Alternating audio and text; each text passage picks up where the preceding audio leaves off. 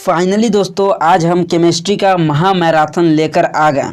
जैसा कि आप लोगों का कमेंट आ रहा था मैराथन क्लास लाने के लिए, तो जी हाँ, आज हम आप लोगों के लिए Jharkhand ANM GNM entrance exam 2026 के लिए केमिस्ट्री का मैराथन क्वेश्चन, जिसमें हम लोग टॉप 50 केमिस्ट्री का एमसीक्यू देखने वाले हैं, जो आपके एग्ज़ाम के लिए बहुत ही इम्पोर्टेंट होने वाला है। तो चलिए बिना समय व्यस्त किए हुए आज के क्लास को हम लोग स्टार्ट करते हैं। तो सबसे पहला यहाँ पे क्वेश्चन दिया हुआ है। सबसे पहला क्वेश्चन है कि अम्लीय वर्षा यानी कि एसिड रेन का मुख्य कारण क्या है। अम्लीय वर्षा होने का यहाँ पे मुख्य कारण पूछ रहा है कि क्या है, SO2 और NO2, CO2 ओनली, O2 या फिर H2। तो अम्लीय वर्षा जो होने का मुख्य कारण है वो SO2 और NO2 होता है। SO2 और NO2 होता है। अम्लीय वर्षा तब होता है जब वायुमंडल में SO2 यानी कि सल्फर डाइऑक्साइड और NO2 यानी कि नाइट्रोजन डाइऑक्साइड गैस जो है वो जल वाष्प और ऑक्सीजन के साथ अभिक्रिया करके सल्फ्यूरिक अम्ल और नाइट्रिक अम्ल बनाती है, और यही अम्ल जो है वो वर्षा के रूप में जो गिरता है धरातल पे, इसी को बोलते हैं अम्ल वर्षा। तो इसके बाद अगला यहाँ पे क्वेश्चन है कि निम्न में से कौन सा ग्रीन हाउस गैसें हैं। ग्रीन हाउस गैस कौन सा है, कार्बन डाइऑक्साइड है, ऑक्सीजन है, नाइट्रोजन है या फिर हाइड्रोजन है। तो ग्रीन हाउस गैस जो होते हैं वो इसमें से CO2 हो जाएगा। CO2 जो है वो ग्रीन हाउस गैस है। क्लियर है। अगला यहाँ पे क्वेश्चन है कि किसी अभिक्रिया में ऑक्सीजन का जुड़ना क्या कहलाता है। तो ऑक्सीजन का जुड़ना ऑक्सीडेशन कहलाता है। पहले भी आप लोगों को बतला है, ऑक्सीजन का जुड़ना जो ऑक्सीडेशन कहलाता है यानी कि ऑक्सीकरण कहलाता है। और ऑक्सीजन जुड़ता है ऑक्सीकरण में, और हाइड्रोजन जो है वो लॉस होता है यानी कि हाइड्रोजन का घटना और ऑक्सीजन का जुड़ना। ऑक्सीजन का जुड़ना और हाइड्रोजन का निकलना, इसको ऑक्सीडेशन बोलते हैं, ऑक्सीकरण बोलते हैं। और इसका जस्ट उल्टा होता है एक कि हाइड्रोजन का जुड़ना और ऑक्सीजन का हटना, इसको बोलते हैं रिडक्शन बोलते हैं। जस्ट इसका उल्टा होता है, रिडक्शन यानी कि अपचयन होता है, और ऑक्सीडेशन मतलब कि उपचयन होता है। तो यहाँ पे जो हो रहा है वो ऑक्सीडेशन हो रहा है, उपचयन हो रहा है, उपचयन हो रहा है। अगला यहाँ पे क्वेश्चन है कि निम्न में से कौन सा कार्बन का अपरूप नहीं है। कार्बन का अपरूप इनमें से कौन सा नहीं है। तो डायमंड, ग्रेफाइट, फुलेरिन या फिर क्वार्ज। तो आप लोगों को पता है जो हीरा होता है ये भी कार्बन का अपरूप है, ग्रेफाइट जो होता है यह भी कार्बन का अपरूप है, और फुलेरिन जो होता है यह भी कार्बन का अपरूप है। लेकिन क्वार्ज जो होता है यह कार्बन का अपरूप नहीं होते हैं। क्वार्ज जो है वो कार्बन का अपरूप नहीं है। क्वार्ज एक क्या है, तो यह सिलिकॉन डाइऑक्साइड का एक यौगिक होता है जो कार्बन का यह रूप नहीं है। अगला यहाँ पे क्वेश्चन है कि एथेनोइक अम्ल और सोडियम बाइकार्बोनेट की अभिक्रिया में कौन सी गैस निकलती है। तो यहाँ पे जो एथेनोइक अम्ल होता है और कार्बन डाइऑक्साइड, एथेनोइक अम्ल और सोडियम बाइकार्बोनेट की अभिक्रिया यहाँ पे बोल रहा है। तो एथेनोइक अम्ल यानी कि एथेनोइक अम्ल का क्या होता है रासायनिक सूत्र, तो CH3COOH होता है एथेनोइक अम्ल। और सोडियम बाइकार्बोनेट यानी कि NaHCO3 सोडियम हाइड्रोजन कार्बोनेट भी इसको बोलते हैं। इसका रिएक्शन होता है यानी कि जब कोई भी अम्ल जैसे कि एथेनोइक अम्ल हो गया और धातु कार्बोनेट या बाइकार्बोनेट के साथ अभिक्रिया करता है तो क्या बनाता है, तो यहाँ पे जो बनता है वो लवण बनाता है प्लस जल बनाता है, और इसके साथ साथ CO2 गैस जो है वो बनाती है। तो यहाँ पे आपके ऑप्शन में दिया है carbon dioxide, option number C पे।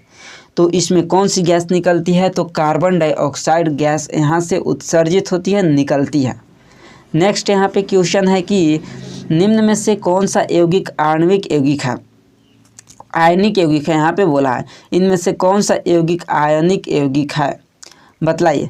आयनिक यौगिक कौन सा है, CH4, C2H5OH, NaCl या C2H4। तो आयनिक यौगिक यानी कि जिसमें धातु और अधातु दोनों के बीच इलेक्ट्रॉनों को स्थानांतरण होता है, जैसे कि आपका NaCl हो गया, ऑप्शन नंबर जो C पे दिया है NaCl। इसमें जो Na है जो सोडियम है वह धातु है, और क्लोरीन जो है वह अधातु है।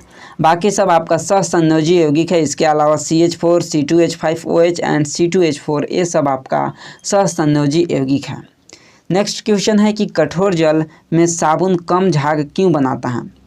कठोर जल के अंदर जो साबुन है वो कम झाग क्यों बनाता है? If forms insoluble calcium and magnesium salts, इसमें जो कैल्शियम और मैग्नीशियम के सॉल्ट है वो इनसोल्यूबल होता है, या फिर सोप इवापोरेट होता है, वाटर बिकम्स एसिडिक, या फिर सोप डिकम्पोसेस होता है। तो यहाँ पे जो है कठोर जल जो है वो साबुन में कम झाग इसलिए बनाता है क्योंकि इसमें जो है वो insoluble calcium and magnesium forms यहाँ पे होते हैं।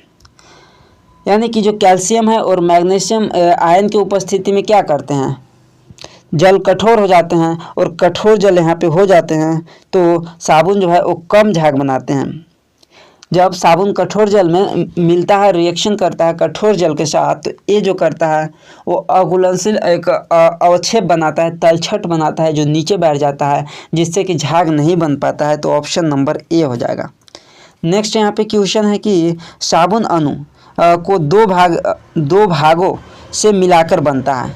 दो भागों से मिलाकर साबुन अणु को बनाया जाता है, उसको क्या क्या बोलते हैं? Hydrophilic head and hydrophobic tail. Second है कि टू हाइड्रोफोबिक एंड्स, या फिर ओनली वन पोलर। तो देखिए यहाँ पे जो साबुन होते हैं इसके दोनों साइड में अणु होते हैं। कौन कौन होते हैं? तो एक होते हैं हाइड्रोफोलिक हेड होते हैं एंड हाइड्रोफोबिक टेल होते हैं। तो एक आपको पहले भी बताएं, एक जल रागी होते हैं और एक जल विरागी होते हैं। जल रागी और एक जल विरागी। जल रागी यानी कि हाइड्रोफिलिक बोलते हैं, हाइड्रोफिलिक जो होते हैं वो जल रागी, और हाइड्रोफोबिक जो होते हैं वो जल विरागी होते हैं। हाइड्रोफोबिक जल विरागी होते हैं। जल रागी में क्या होते हैं? तो जल रागी में जो होते हैं जो पानी की ओर आकर्षित होते हैं उसको जल रागी बोलते हैं। जो जल की ओर आकर्षित होते हैं जो सीरा, उसको जल रागी बोलते हैं। और जो साबुन की जो सीरा फैट की ओर, वसा की ओर क्या होता है, आकर्षित होता है, या फिर वसा की ओर आकर्षित होता है, उसको बोलते हैं जल विरागी। यानी कि जल से दूर भागता है उसको जल विरागी बोलते हैं। और इसके अंदर जो है वो दोनों प्रेजेंट होते हैं, यानी कि hydrophilic head and hydrophobic tell, यानी कि ऑप्शन नंबर ए हो जाएगा इसका राइट आंसर। इसमें दोनों प्रेजेंट होते हैं। क्लियर है?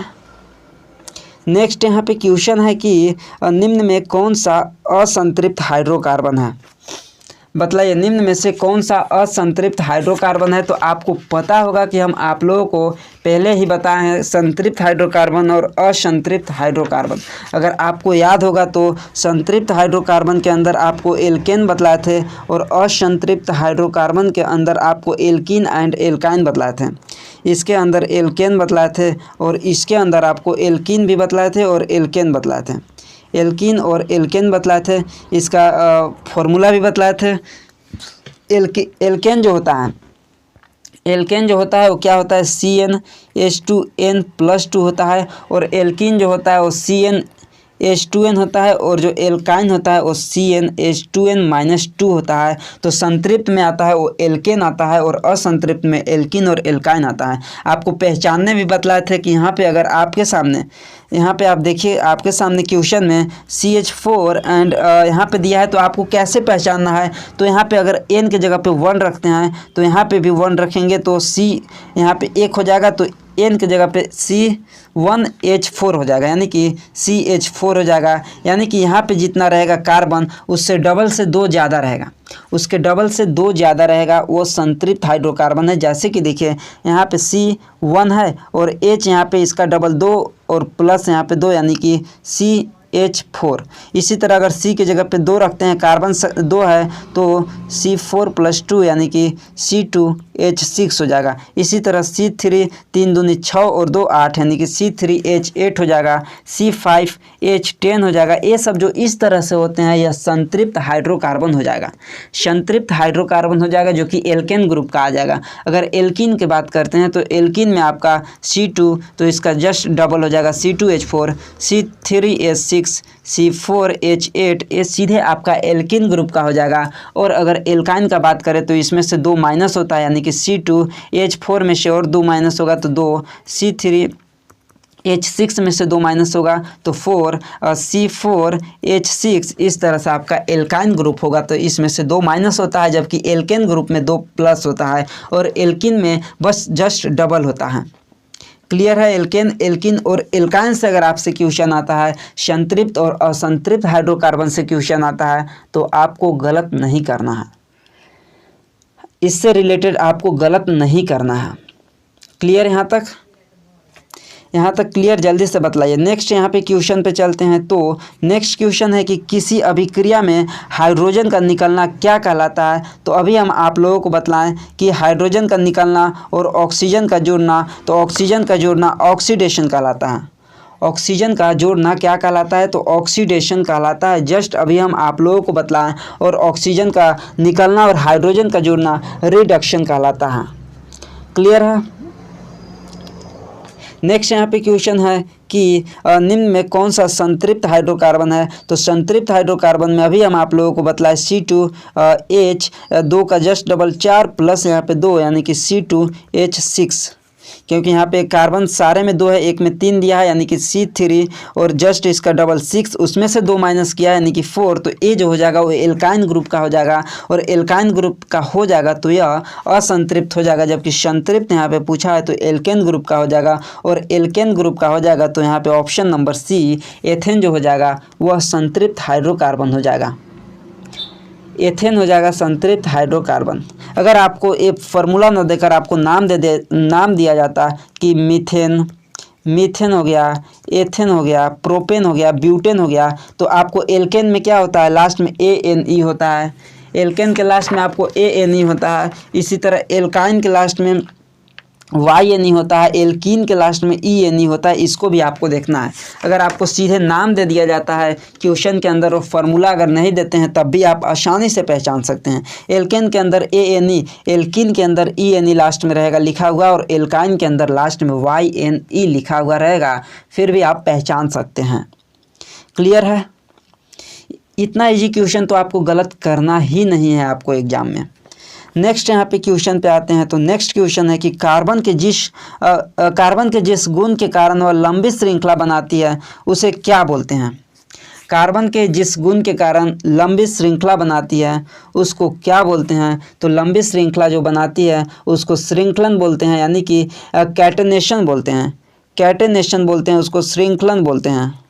श्रृंखलन हिंदी में बोलते हैं। यहाँ पे हिंदी में टाइप करना यहाँ पे भूल गया था, क्योंकि स्पीड में कर रहे थे। आप लोगों को मैराथन क्लास डेली अब होने वाला है, तो इसीलिए हम ज़्यादा स्पीड में कर रहे थे टाइप, तो यहाँ पे छूट गया।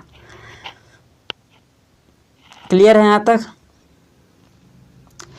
और यहाँ पे जो हो जाएगा कार्बन के जिस गुण के कारण लंबी श्रृंखला, तो जो कार्बन परमाणु होते हैं वो आपस में सहसंयोजी बंध बनाकर लंबी और मजबूत श्रृंखलाएं बनाने के गुण होता है, और इसी गुण को क्या बोलते हैं? कैटेनेशन बोलते हैं, श्रृंखलन बोलते हैं। कैटेनेशन बोलते हैं, श्रृंखलन बोलते हैं। Option number B. नेक्स्ट यहाँ पे क्वेश्चन है कि वनस्पति तेल को घी में बदलने की प्रक्रिया है। वनस्पति तेल को घी में बदलने की प्रक्रिया क्या होता है? बतलाइए। तो वनस्पति तेल में निकेल उत्प्रेरक की उपस्थिति में हाइड्रोजन गैस प्रवाहित करने पर वह संतृप्त वसा में बदल जाता है, और इस प्रक्रिया को बोलते हैं हाइड्रोजनीकरण। हाइड्रोजनीकरण बोलते हैं, हाइड्रोजनेशन बोलते हैं। Option number B. हाइड्रोजनीकरण हिंदी में और इंग्लिश में हाइड्रोजनेशन बोलते हैं। नेक्स्ट यहाँ पे क्वेश्चन है कि साबुन बनाने की प्रक्रिया क्या कहलाती है? साबुन बनाने की प्रक्रिया क्या कहलाती है? तो इसको अगर बोला जाए हिंदी में तो साबुनीकरण बोलते हैं, और इंग्लिश में देखा जाए तो सैपोनिफिकेशन बोलते हैं। हिंदी में देखा जाए तो साबुनीकरण बोलते हैं। साबुन बनाने की प्रक्रिया को, साबुन बनाने की प्रक्रिया को साबुनीकरण एंड इंग्लिश में सैपोनिफिकेशन बोलते हैं। सैपोनिफिकेशन बोलते हैं। बतलाइएगा कि यहाँ पे आप लोगों को जो क्लासेस है आप लोगों को क्लियर समझ में आ रही है या नहीं आ रही है। आप लोग ज़रूर बतलाइएगा। क्लासेस क्या ज़्यादा स्पीड तो नहीं है या ज़्यादा स्लो तो नहीं है, इसको भी बतलाइएगा। हम स्लो इसलिए नहीं करा रहे हैं कि मैराथन का मतलब मेरे हिसाब से ये नहीं कि 2 से 3 घंटा की क्लास होगा वही मैराथन कहलाएगा। मैराथन का मतलब आप लोगों को मैक्सिमम टू मैक्सिमम एक क्लास के अंदर नॉलेज देना, और मेरा टारगेट है कि एक क्लास, ज़्यादा आप लोगों को समय नहीं लूँगा, क्योंकि आप लोगों के पास जो अभी का समय है वो गोल्डन टाइम है, बहुत ही कीमती समय है, और आप लोग जो है इस समय को अपना जितना ज़्यादा रिवीजन पे लगा सकते हैं उतना ज़्यादा रिवीजन पे लगाइए। तो हम आप लोगों को कम से कम समय लेंगे और ज़्यादा से ज़्यादा टॉपिक्स बताएंगे, ज़्यादा से ज़्यादा क्वेश्चंस बताएंगे, ज़्यादा से ज़्यादा कंसेप्ट आप लोगों को बताएंगे। मेरे हिसाब से मैराथन का मतलब ये नहीं कि 2-3 घंटा हम इसी क्वेश्चन 50 क्वेश्चन जो लाए हैं इसी 50 क्वेश्चन के ऊपर हम 2-3 घंटा क्यों लेंगे, जब हम ये आप लोगों को 1 घंटा के अंदर पूरा एक्सप्लेनेशन के साथ डिटेल डीप में बतला सकते हैं, तो 2-3 घंटा क्यों बर्बाद करना। चलिए बतलाइए, नेक्स्ट क्वेश्चन के ऊपर चलते हैं। नेक्स्ट क्वेश्चन के ऊपर चलते हैं और आप लोग बतलाइएगा कि आप लोगों को समझ में आ रहा है कि नहीं समझ में आ रहा होगा तो हम आप लोगों को अगली क्लास से और ज़्यादा मेहनत करेंगे और स्लो में भी बताने की कोशिश करेंगे। ऐसा नहीं कि 2-3 घंटा हम आप लोगों को नहीं पढ़ा सकते, हम 2-3 घंटा का भी यहाँ पे क्लास अगर आप लोग बोलते हैं तो लेंगे, लेकिन मेन टारगेट है कि आप लोगों को समझ में आना चाहिए। जब तक आप लोगों को समझ में नहीं आएगा तब तक मेरा पढ़ाने का यहाँ पे कोई मतलब ही नहीं रहेगा। मतलब यहाँ पे नेक्स्ट क्वेश्चन है कि लोहे को जंग से बचाने के लिए जिंक की परत चढ़ाने की प्रक्रिया क्या कहलाती है। बहुत ही इम्पोर्टेंट क्वेश्चन है। बतलाइए यहाँ पे, लोहे को जंग से बचाने के लिए जो जिंक की परत चढ़ाई जाती है उसको बोलते हैं गैल्वेनाइजेशन, और हिंदी में अगर देखा जाए तो इसको बोलते हैं यशद लेपन। यशद लेपन बोलते हैं, गैल्वेनाइजेशन बोलते हैं। लोहे को जो है वो नमी से बचाने के लिए, उसको हवा के संपर्क से बचाने के लिए उस पर क्या किया जाता है, एक जिंक की पतली परत चढ़ाई जाती है और इसी जो प्रक्रिया होता है इस प्रक्रिया को गैल्वेनाइजेशन बोलते हैं, यशद लेपन बोलते हैं, यशद लेपन बोलते हैं। क्लियर है यहाँ तक? यहाँ तक क्लियर है। अगला यहाँ पे देखिए क्वेश्चन है, अगला क्वेश्चन क्या है, तो एथेनॉल को सांद्र सल्फ्यूरिक अम्ल के साथ गर्म करने पर क्या बनता है। जब एथेनॉल को हम गर्म करते हैं सांद्र सल्फ्यूरिक अम्ल पे तो क्या बनता है, बतलाइए।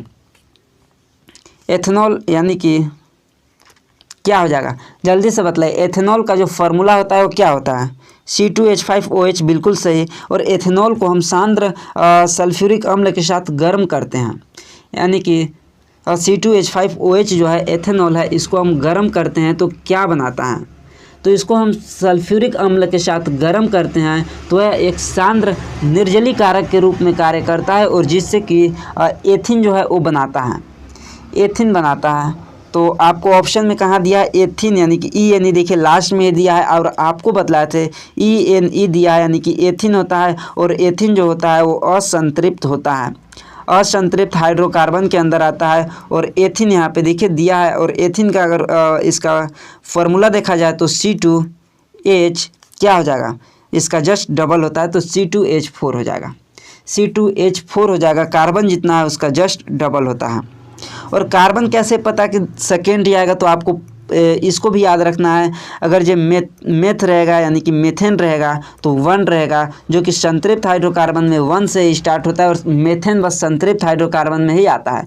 मीथिन और मिथाइन वगैरह ये सब नहीं आता है, असंतृप्त हाइड्रोकार्बन। एंड सेकेंड नंबर पे आपका जो आता है वो एथेन आता है, तो एथ याद रखना है। थर्ड पे प्रोप याद रखना है, ब्यूट याद रखना है फोर्थ नंबर पे, पेंट याद रखना है फिफ्थ नंबर पे। इसी तरह ANE YNE ENE लगाते चलना है। तो methane methene ethane ethene ethyne, propane propene propyne, butane butene butyne, इस तरह से बनता है। लास्ट में आपको ENE YNE वगैरह वगैरह चेंज करते रहना है।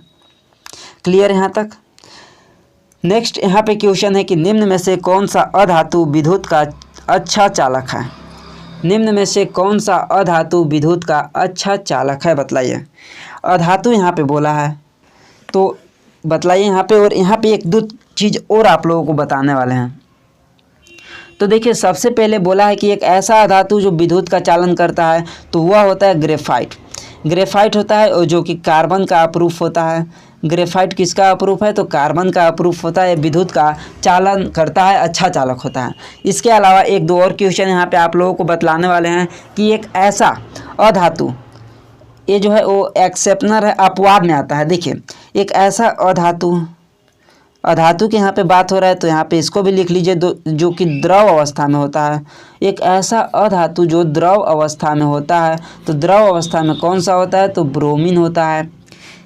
एक ऐसा अधातु जो द्रव अवस्था में होता है तो ब्रोमीन होता है। अगर आपसे क्वेश्चन पूछता है कि एक ऐसा धातु जो द्रव अवस्था में होता है, तो मरकरी लिख लीजिए, Hg इसको इंडिकेट करते हैं, पारा भी बोलते हैं हिंदी में। मरकरी बोलिए या Hg बोलिए या पारा बोलिए। ब्रोमीन को Br से इसको इंडिकेट करते हैं। क्लियर है? यहाँ तक क्लियर बताइए जल्दी से। एक और यहाँ पे बात कर लेते हैं जो प्रीवियस ईयर में आपका आया है, एक ऐसा अधातु जो चमकीला होता है, एक ऐसा अधातु जो चमकीला होता है। यहाँ पे मिटाते हैं और यहाँ पे फिर से आप लोग इसको नोट करते चलिएगा। बहुत ही इंपॉर्टेंट चीज़ आज के जो क्लास है वो बहुत इंपॉर्टेंट, एंड आगे जितना भी मैराथन क्लासेस होने वाला है वो बहुत ही इंपॉर्टेंट होने वाला है, आपके एग्ज़ाम के लिए टारगेट बनाया जाएगा।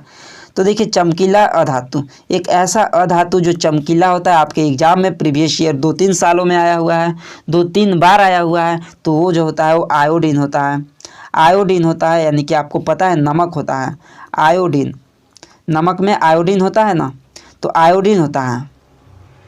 आयोडीन याद रखना है आपको। एक ऐसा धातु जो चमकीला होता है तो वो हो जाएगा आयोडीन। Iodine clear. एक और अगर क्वेश्चन यहाँ पे बोलूँ तो सबसे कठोर प्राकृतिक पदार्थ कौन है, तो सबसे कठोर यहाँ पे कठोर प्राकृतिक पदार्थ कौन है, तो आपको हीरा यहाँ पे याद रखना है। हीरा क्या है, तो कार्बन का ही अपरूप है जो सबसे कठोर यहाँ पे होता है।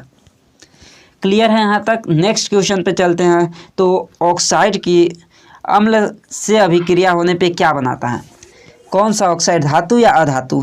तो यहाँ पे देखिए क्वेश्चन मेटल ऑक्साइड दिया है, यानी कि धातु ऑक्साइड जो है वो अम्ल से अभिक्रिया करता है तो क्या बनाता है, बतलाइए। यहाँ पे जो धातु ऑक्साइड है वो अम्ल से अभिक्रिया करता है तो क्या बनाता है। तो धातु ऑक्साइड क्या होता है, धातु ऑक्साइड कैसा प्रकृति होता है, तो धातु ऑक्साइड की प्रकृति क्षारीय होता है। और अगर क्षार जो है वो अम्ल से रिएक्शन करता है तो क्या बनाता है, अम्ल से रिएक्शन करता है तो लवण और जल बनाता है। लवण प्लस जल बनाता है, जो कि पहले भी आप लोगों को बतला चुके हैं। और जब क्षार और अम्ल का रिएक्शन होता है और लवण और जल बनाता है तो इस जो अभिक्रिया होता है, ये जो रिएक्शन होता है, इसको उदासीनीकरण अभिक्रिया बोलते हैं। उदासीनीकरण अभिक्रिया इसको बोलते हैं। तो यहाँ पे देख सकते हैं सॉल्ट प्लस वाटर यहाँ पे बनता है ऑप्शन नंबर ए पे। और सॉल्ट जो होता है वो लवण होता है प्लस वाटर, आपको याद रखना है।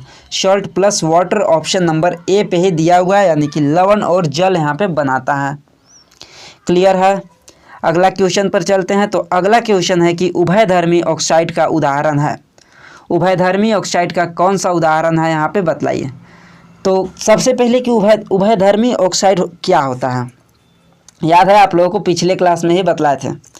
पिछले क्लास का अगर याद होगा तो आपको पता होगा जो उभयधर्मी ऑक्साइड है वो क्या होता है। उभयधर्मी ऑक्साइड जो धातु और अधातु दोनों से रिएक्शन करता है। देखिए यहाँ पे पेन नहीं चल रहा है आपके स्क्रीन पे, लेकिन एक सेकेंड रुकिएगा। देखिए जो उभयधर्मी ऑक्साइड है जो धातु और अधातु दोनों से रिएक्शन करता है और क्या बनाता है, लवण प्लस जल बनाता है। इसको बोलते हैं उभयधर्मी ऑक्साइड। उभयधर्मी ऑक्साइड वे ऑक्साइड होते हैं जो अम्ल और क्षार दोनों के साथ अभिक्रिया करके क्या बनाता है, लवण और जल बनाता है। इसका अगर एग्जाम्पल की बात करते हैं तो एक एल्यूमिनियम ऑक्साइड आता है Al2O3 एल्यूमिनियम ऑक्साइड, और एक ZnO जिंक ऑक्साइड। और ये दोनों है जो मोस्ट इम्पोर्टेंट आपको याद रखना है। यहाँ पे एग्जाम्पल है जिंक ऑक्साइड और एल्यूमिनियम ऑक्साइड, जो कि आपका उभयधर्मी ऑक्साइड है। उभयधर्मी ऑक्साइड में कौन कौन आता है, तो जिंक ऑक्साइड और एल्यूमिनियम ऑक्साइड, जो मोस्ट इम्पोर्टेंट आपके एग्जाम के लिए है, आपको याद रखना है। आपको याद रखना है, बहुत ही इम्पोर्टेंट ये है।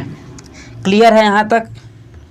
आगे चलें तो अगला यहाँ पे क्वेश्चन पे आते हैं। तो अगला क्वेश्चन पे आगे सोल्व करने से पहले आप लोगों से छोटा सा रिक्वेस्ट है कि आप लोग जो चैनल पे नए हैं या चैनल को जो सब्सक्राइब नहीं किए हैं, आप लोग नीचे सब्सक्राइब का आप लोगों को बटन होगा, उस पर क्लिक करके आप लोग चैनल को सब्सक्राइब कर लीजिए। और सब्सक्राइब भी कर लिए हैं तो कुछ लोगों का नोटिफिकेशन जो होगा वो ऑल नहीं होगा प्रेस, तो एक घंटी जैसा ऐसा होगा, उस घंटी पर क्लिक कीजिएगा तो ऑल का ऑप्शन होगा, तो उसका नोटिफिकेशन को ऑल कर लीजिएगा, ताकि कोई भी वीडियो आता है, कोई भी क्लासेस आता है, कोई भी नोटिफिकेशन आता है तो आपके फ़ोन में ऑटोमेटिक से वो आ जाएगा। तो सब्सक्राइब जरूर कीजिएगा। अपने दोस्तों के पास शेयर भी आप लोगों को करना है, ताकि वो सभी दोस्त को हेल्प हो सके जो क्लासेस खोज रहे होंगे, तो उनको पास पहुंचा दीजिएगा। बाकी तो आप लोग लाइक कर ही चुके होंगे और शेयर तो कर ही दिए होंगे। चलिए इसका आंसर बतलाइए। निम्न में से कौन सी धातु ठंडे जल के साथ तीव्र अभिक्रिया करता है? तो आपको पता होगा, आप लोगों को प्रीवियस क्लास में भी बताया है कि जो सक्रियता श्रेणी होती है और उसमें सोडियम और पोटेशियम जो होता है वो बहुत अधिक अभिक्रियाशील धातुएं होती है, जो कि हम आप लोगों को आगे बतलाएंगे। वो सक्रियता श्रेणी हम लेकर आए हैं, इसी क्लास के अंदर आप लोगों को बतलाएंगे। सक्रियता श्रेणी का जो सारणी है वो इस क्लास में है, तो आप लोगों को इस क्लास में बताया जाएगा सक्रियता श्रेणी में सबसे ऊपर कौन है, सबसे नीचे कौन है। तो आपको पता होना चाहिए पोटेशियम और सोडियम जो होता है वो बहुत ज़्यादा सक्रिय होते हैं, जो ठंडे जल के साथ भी तेज़ी से अभिक्रिया करता है, तेज़ी से अभिक्रिया करता है। तो ऑप्शन में आपको कौन सा दिया है? तो ऑप्शन में सोडियम दिया है, जो कि ऑप्शन नंबर सी पे है, ऑप्शन नंबर सी पे है। क्लियर है।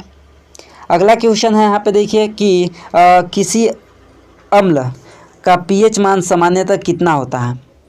अम्ल का पीएच मान सामान्यतः कितना होता है? तो देखिए यहाँ पे है 7 से कम, 7 या 7 से अधिक या 14। तो आपको पता होना चाहिए कि जो यहाँ पे आप देख सकते हैं पीएच स्केल है, पीएच स्केल में कितना से कितना होता है? तो 0 से लेकर 14 तक पीएच स्केल होता है। इसमें अगर आपका 7 है तो न्यूट्रल होता है, यानी कि उदासीन होता है। 7 है तो उदासीन होता है, और 7 से अगर ज़्यादा इधर साइड में है 7 से ज़्यादा तो यह जो होता है वो क्षारीय होता है प्रकृति का, और 7 से कम हो गया तो वह अम्लीय होता है, अम्लीय होता है। तो यहाँ पे बोला है कि किसी अम्ल का पीएच मान सामान्यतः कितना होता है? तो 7 से कम होता है। ऑप्शन नंबर ए देखिए, लेस देन 7।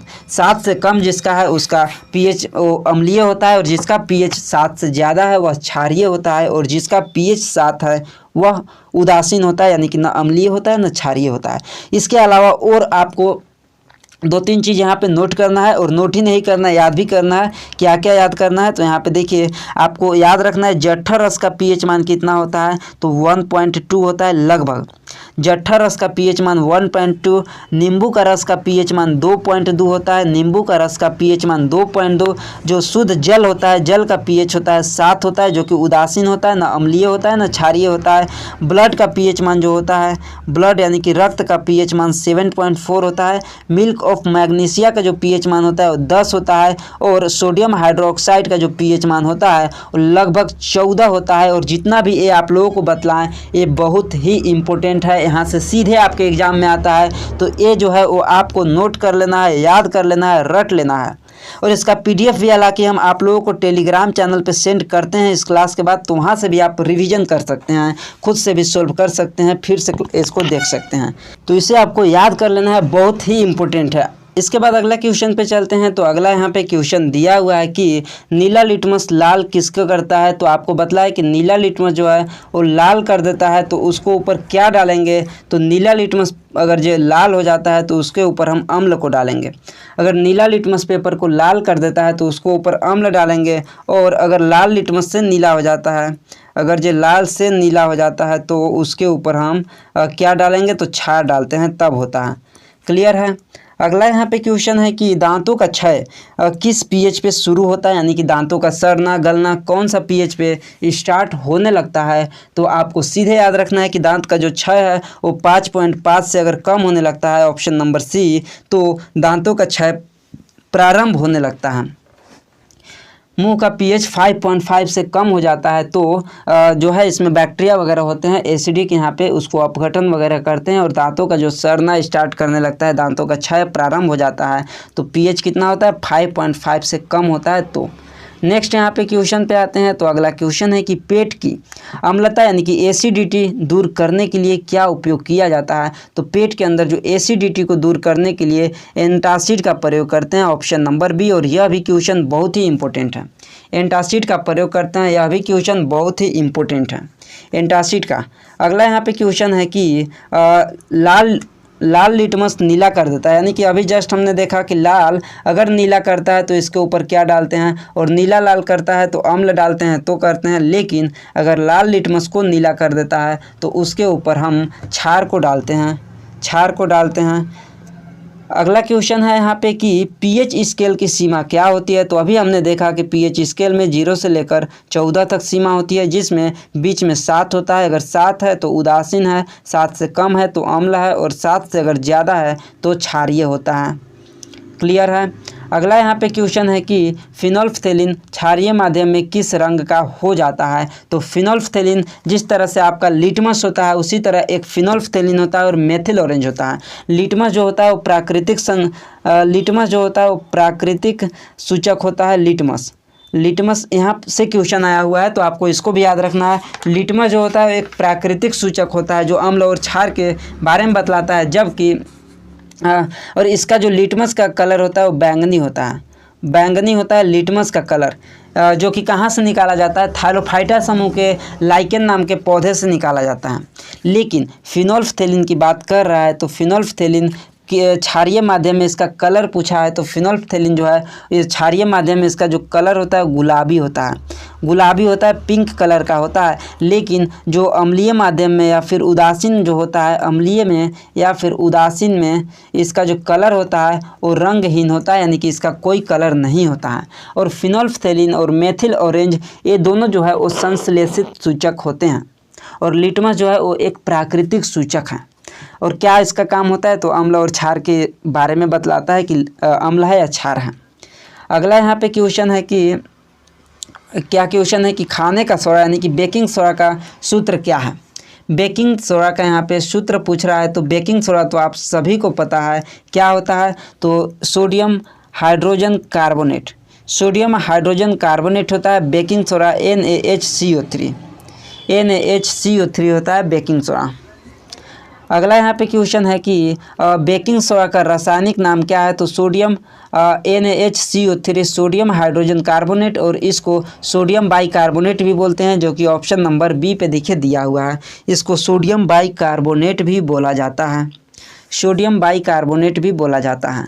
अगला क्वेश्चन है कि वाशिंग सोडा का सूत्र क्या होता है। तो वाशिंग सोडा का सूत्र Na2CO3 × 10H2O होता है। Na2CO3 × 10H2O इसको वाशिंग सोडा बोलते हैं। अगर इसका रासायनिक नाम की बात करें तो सोडियम कार्बोनेट डेकाहाइड्रेट इसको बोलते हैं। अगला यहाँ पे क्वेश्चन है कि प्लास्टर ऑफ पेरिस का रासायनिक सूत्र क्या है। तो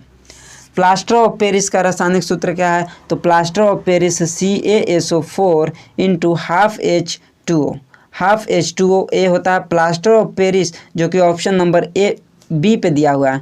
CaSO4 × हाफ H2O। और अगर जिप्सम का आपसे पूछता है तो जिप्सम में क्या करना है, जिप्सम में हाफ H2O की जगह पे 2H2O होता है, तो CaSO4 × 2H2O यह जिप्सम का होता है। क्लियर है। Plaster of Paris CaSO4 × half H2O, जबकि जिप्सम का जो होता है वो CaSO4 × 2H2O। एक और क्वेश्चन कि प्लास्टर ऑफ पेरिस जो है इसका क्या यूज होता है, तो यहाँ पे देखिए plaster of Paris CaSO4 × half H2O है।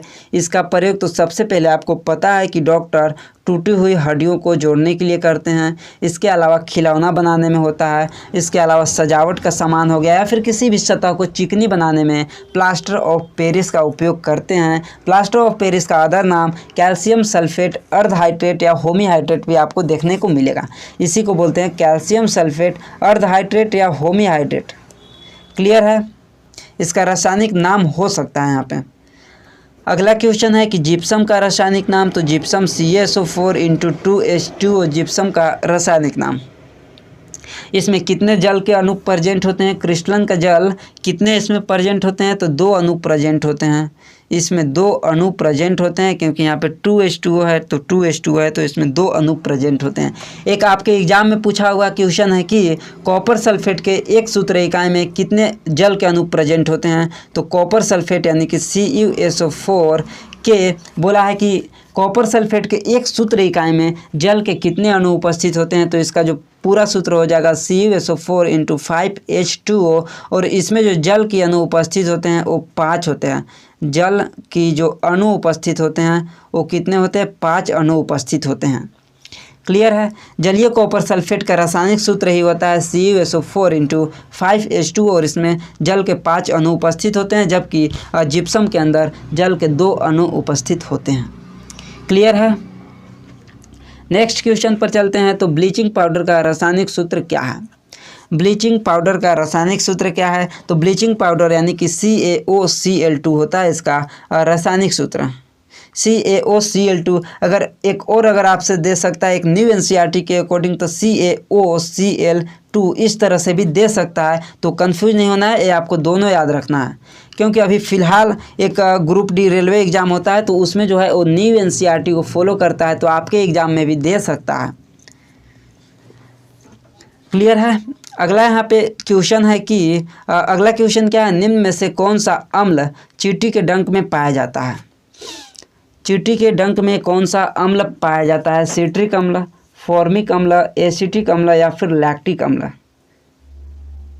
तो यहाँ पे जो चींटी के डंक में पाया जाता है वो फॉर्मिक एसिड यानी कि फॉर्मिक अम्ल पाया जाता है, ऑप्शन नंबर बी। और फॉर्मिक अम्ल को ये मेथेनोइक अम्ल बोलते हैं, फॉर्मिक अम्ल को मेथेनोइक अम्ल भी बोला जाता है, तो ऑप्शन नंबर बी हो जाएगा। इसके अलावा और भी क्वेश्चंस आते हैं जो आपके लिए बहुत ही इम्पोर्टेंट हैं। इसके अलावा कौन कौन हो जाएगा, तो यहाँ पे देख सकते हैं आप कि अगर पूछता है कि सिरका में कौन सा अम्ल पाया जाता है, तो सिरका के अंदर एसिटिक अम्ल पाया जाता है, संतरा के अंदर सिट्रिक अम्ल पाया जाता है, इमली के अंदर टार्ट्रिक अम्ल पाया जाता है और टमाटर के अंदर ऑक्जेलिक अम्ल पाया जाता है। और बहुत ही इंपॉर्टेंट है आपका टमाटर के अंदर, प्रीवियस ईयर में पूछा हुआ था कि टमाटर के अंदर कौन सा पाया जाता है। इसके अलावा आपसे पूछता है कि खट्टा दूध यानी कि दही के अंदर कौन सा अम्ल पाया जाता है, तो दही के अंदर लैक्टिक अम्ल पाया जाता है, नींबू के अंदर सिट्रिक अम्ल पाया जाता है और संतरा के अंदर भी सिट्रिक अम्ल और नींबू के अंदर भी सिट्रिक अम्ल, चींटी के डंक में मेथेनोइक अम्ल और नेटल के डंक में भी मेथेनोइक अम्ल होता है। क्लियर है। तो यहाँ पे क्वेश्चन ऊपर में पूछा है कि नींबू में कौन सा अम्ल पाया जाता है, तो नींबू के अंदर जो पाया जाता है वो सिट्रिक अम्ल पाया जाता है, तो ऑप्शन नंबर ए देखिए यहाँ पे दिया है सिट्रिक अम्ल। नींबू के अंदर सिट्रिक अम्ल और संतरा के अंदर भी सिट्रिक अम्ल पाया जाता है, दोनों के अंदर। टमाटर के अंदर ऑक्जेलिक अम्ल पाया जाता है जो कि प्रीवियस ईयर में पूछा हुआ है। और आपको यहाँ पे नेटल के डंक में मेथेनोइक अम्ल, लेकिन इसका इलाज अगर पूछता है तो इसका इलाज जो है कैसे होता है, तो नेटल के डंक जो है इसके आसपास एक डॉग पौधा पाया जाता है और डॉग पौधे की पत्ती को रगड़ कर इसका इलाज किया जाता है। और ये जो सारणी है वो बहुत ही इम्पोर्टेंट है, आपको याद कर लेना है। हर बार एग्जाम में यहाँ से एक क्वेश्चन आता ही आता है। अगला यहाँ पे क्वेश्चन है कि नेक्स्ट क्वेश्चन पे चलते हैं। तो नेक्स्ट क्वेश्चन कि सिरका में कौन सा पाया जाता है, तो सिरका के अंदर एसिटिक एसिड पाया जाता है, ऑप्शन नंबर बी। इसके अगला क्वेश्चन है कि दही में कौन सा अम्ल पाया जाता है, तो दही के अंदर लैक्टिक एसिड पाया जाता है। नेक्स्ट यहाँ पे है कि सबसे हल्की धातु कौन सी है, सबसे हल्की धातु कौन सी है, यहाँ पे बतलाइए। सबसे हल्की धातु सोडियम है, लिथियम है, कैल्शियम है या पोटेशियम है, तो सबसे हल्की धातु की बात करें तो लिथियम हो जाएगा, ऑप्शन नंबर बी। लिथियम जो है वो सबसे हल्की धातु, इसका घनत्व भी है वो सबसे कम यहाँ पे होता है, तो सबसे हल्की धातु हो जाएगा लिथियम।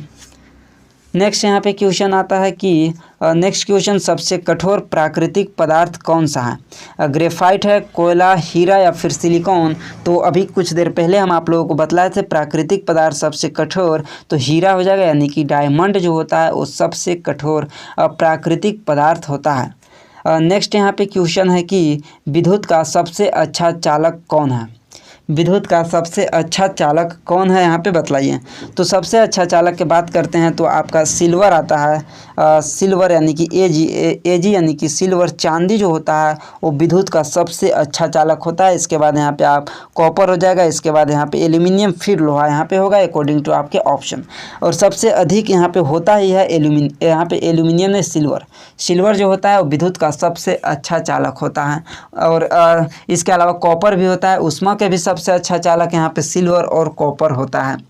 अगर उष्मा के कुचालक की बात करते हैं, उष्मा के सबसे अच्छा चालक, सबसे पहले नंबर कि उष्मा के सबसे अच्छा चालक, उष्मा का सबसे अच्छा चालक कौन है, तो सिल्वर है और एक कॉपर है। उष्मा के सबसे अच्छा कुचालक कौन है, तो एक लेड होता है और एक मरकरी होता है, यानी कि Hg होता है और Pb होता है। ये दोनों उष्मा के सबसे अच्छा कुचालक होता है। क्लियर है। नेक्स्ट क्वेश्चन है यहाँ पे देखिए कि धातुएं सामान्यतः कैसी होती है। भंगुर होती हैं, तन्य और अधातु वर्ध्य होते हैं, कुचालक होते हैं या फिर गैसीय होती हैं। तो जो धात्विक होती है ये तन्य होती है और अधातु वर्धनीय होती है।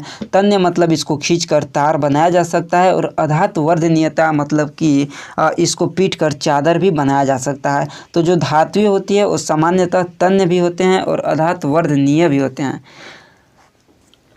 और अगर आपसे पूछता है कि सबसे अधिक अधातु वर्ध्य धातुएं कौन है, सबसे अधिक अधातु वर्ध्य धातुएं कौन है, तो सोना और चांदी जो होते हैं वो सबसे अधिक अधातु वर्धनीय धातु होते हैं। कौन, तो सोना और चांदी। ऑप्शन यहाँ पे नहीं, ऑप्शन एक्स्ट्रा आपको यहाँ पे नोट करके लिख लेना है। नोट करके आपको लिख लेना है कि सबसे अधिक अधातु वर्ध्य धातु कौन है, तो सोना और चांदी। क्लियर है। अगला यहाँ पे क्वेश्चन दिया है कि जंग किस धातु पर लगती है, तो आप सभी को पता है जंग जो है वो लोहा के ऊपर लगता है और जंग का जो रासायनिक सूत्र होता है वो Fe2O इंटू XH2O होता है। लोहा के रासायनिक जंग का रासायनिक सूत्र Fe2O3 इंटू XH2O। अगला यहाँ पे क्वेश्चन है कि धातुओं का चमक का गुण क्या कहलाती है, तो जो धातुओं के अंदर चमक होता है उसको धात्विक चमक बोलते हैं और उसके अंदर जो तन्यता के गुण होते हैं उस तार बनाया जा सकता है उसको तन्यता बोलते हैं। और आपको ये भी पता होना चाहिए कि 1 ग्राम सोना से सबसे अधिक तन्य धातु कौन है, तो सोना है और 1 ग्राम सोना से 2 किलोमीटर लगभग तार बनाया जा सकता है और सबसे अधिक तन्य धातु कौन है, तो सोना है। इसके अलावा अधातु वर्धनीयता यानी इसको पीट कर चादर बनाया जा सकता है। सबसे अधिक अधातु वर्ध्य में कौन है, तो सोना और चांदी है। इसके अलावा आपको चालकता यानी कि जिसमें विद्युत का प्रवाह होता है, तो सबसे अधिक चालक कौन होता है धातुओं के अंदर, तो आपको बतला है कि सिल्वर होता है। नेक्स्ट यहाँ पे क्वेश्चन है कि सोडियम को किस में रखा जाता है, जल में, मिट्टी का तेल में या फिर हवा में। तो सोडियम को मिट्टी के तेल के अंदर रखा जाता है। सोडियम और पोटेशियम ये जो होते हैं वो बहुत ही अभिक्रियाशील तत्व होते हैं जो कि हवा से ही रिएक्शन करके जलने लगता है, इसलिए इसको मिट्टी के तेल के अंदर डुबो कर रखा जाता है। क्लियर। नेक्स्ट यहाँ पे क्वेश्चन है कि सबसे अधिक अभिक्रियाशील धातु कौन है, सबसे अधिक अभिक्रियाशील धातु कौन है। यहाँ पे आप देख सकते हैं आपके सामने यहाँ पे दिखाई दे रहा होगा एक सक्रियता श्रेणी है, यहाँ पे दिया है सबसे अधिक अभिक्रियाशील धातु कौन है। जो सबसे ऊपर है वो सबसे अधिक अभिक्रियाशील है और जो जैसे जैसे नीचे आएगा उसका अभिक्रियाशीलता कम होते जा रहा है। तो आप देख सकते हैं सबसे ऊपर पोटेशियम है, इसके बाद सोडियम है, कैल्शियम है, magnesium, aluminium, zinc, iron, lead, hydrogen, copper, mercury, silver और गोल्ड। और इसको आपको याद कर लेना है क्योंकि आप जब रिएक्शन वगैरह बनाएंगे, विस्थापन अभिक्रिया आपको बताए हैं पहले, जो कि वहाँ से आप रिएक्शन बनाएंगे तो आपको पता होना चाहिए जो सबसे अधिक अभिक्रियाशील तत्व होते हैं वो कम अभिक्रियाशील तत्व को उस रिएक्शन से विस्थापित कर देते हैं। तो आपको इसके लिए भी याद रखना है और यहाँ से क्वेश्चन बनता है तो इसके लिए भी याद रखना है। तो बोला है कि सबसे अधिक अभिक्रियाशील धातु कौन है, तो आपको तो पता है कि पोटेशियम होता है, लेकिन आपको ऑप्शन में पोटेशियम ही नहीं दिया है तो कैसे आप निकालेंगे, तो इसके लिए आपको याद करना होगा। तो यहाँ पे आप देख सकते हैं पोटेशियम जो सबसे ऊपर है ऑप्शन में नहीं है, इसके बाद आपको सोडियम दिया है तो सोडियम हो जाएगा right answer option number C. Option number C हो जाएगा इसका राइट आंसर सोडियम। सबसे अधिक अभिक्रियाशील धातु कौन हो जाएगा, तो सोडियम।